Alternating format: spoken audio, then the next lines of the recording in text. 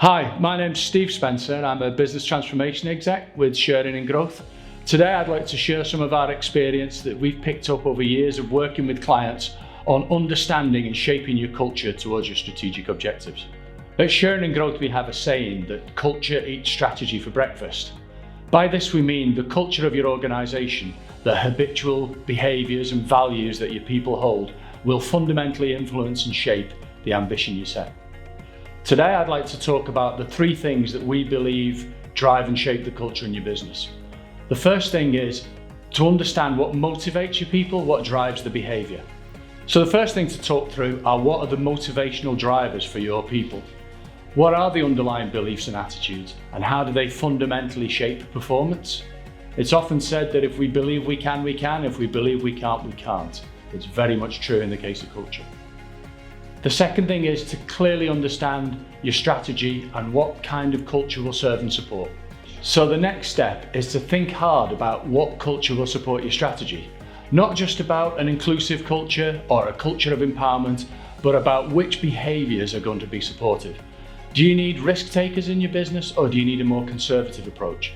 Do you need people to be very task focused, or do you want them to be supportive of a coherent team? All of these things, it's important to think through and understand the exact change you want to bring about. And the third thing is to understand the management tools and the leadership techniques that we can use to shape our culture. So once you've understood those first two steps, you can start to make informed choices about the processes, the environment and the standards you set within the business. Culture isn't just shaped by the annual all hands, but about the small things that influence and touch people every day.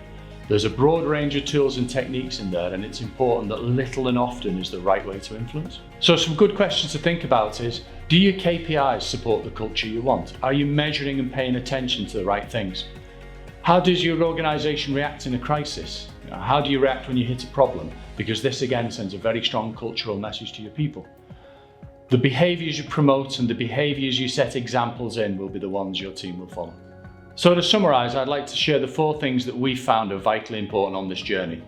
Number one is to create an emotional connection to your organisation for your people through your vision, mission and values so that people can absolutely understand the right direction of behaviour that you believe is the way you want to go.